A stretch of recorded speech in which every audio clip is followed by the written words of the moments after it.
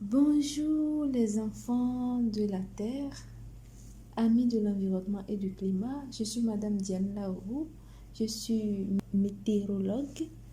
Donc je parle souvent des nuages, de la pluie, du beau temps, de la chaleur, bref, du climat en général.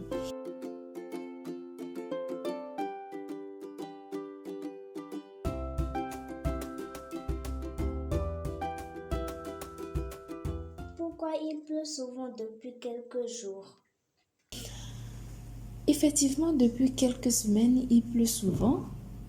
Et c'est bien normal, même si je comprends que ça peut être un tout petit peu désagréable pour vous les enfants, surtout quand vous devriez vous lever tôt et aller à l'école et qu'il pleut, c'est un peu embêtant pour vous.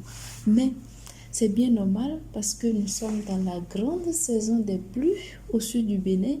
Et si vous habitez le nord du pays, la seule et unique saison des pluies a bien commencé également. Donc souvent par endroits, il pleut plus fréquemment. D'où viennent les pluies? On va simplement dire que les pluies proviennent des nuages. Vous savez, notre planète est recouverte en majorité d'océans, de lacs, de rivières, des cours d'eau.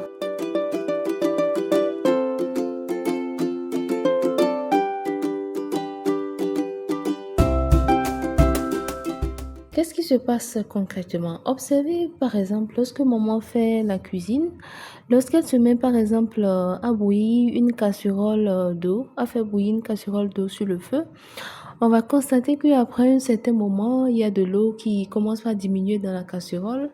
Elle n'a pas disparu, elle s'est juste transformée en vapeur d'eau qui s'est retrouvée dans l'air. Donc c'est le même principe. Ici, dans le cas de la cuisine à maman, c'est le feu qui a induit l'évaporation. Dans le cas de la pluie ou de la formation des nuages, c'est plutôt le soleil qui réchauffe la surface des océans et qui provoque de l'évaporation qui va se retrouver dans l'air sous forme de vapeur d'eau.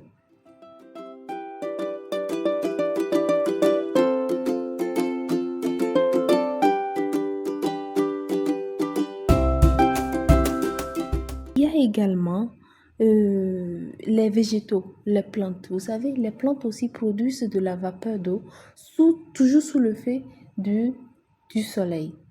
Alors, toute cette vapeur d'eau va se retrouver dans l'air que nous respirons et puisqu'elle est légère, elle ne va pas rester là, elle va commencer par monter en altitude, en hauteur. Et puisque vous savez qu'il fait plus frais en hauteur qu'en surface, arrivé à un certain niveau, elle va se refroidir. En se refroidissant, elle va commencer par se condenser. C'est comme si, vous mettez par exemple de l'eau dans un réfrigérateur, elle commence par se refroidir. Elle va se refroidir jusqu'à former de la glace. C'est comme ça en fait que les nuages que vous voyez dans le ciel se forment. Les gouttelettes qui sont contenues dans ces nuages-là vont commencer par se rassembler en de grosses gouttelettes d'eau. Et lorsque certaines conditions se réunissent, par exemple lorsqu'il y a assez d'humidité, ces gouttelettes d'eau vont s'alourdir, et puisque elles deviennent plus lourdes, elles ne peuvent pas rester suspendues en l'air, elles vont commencer par redescendre maintenant. Et c'est de cette manière-là que la pluie commence par tomber.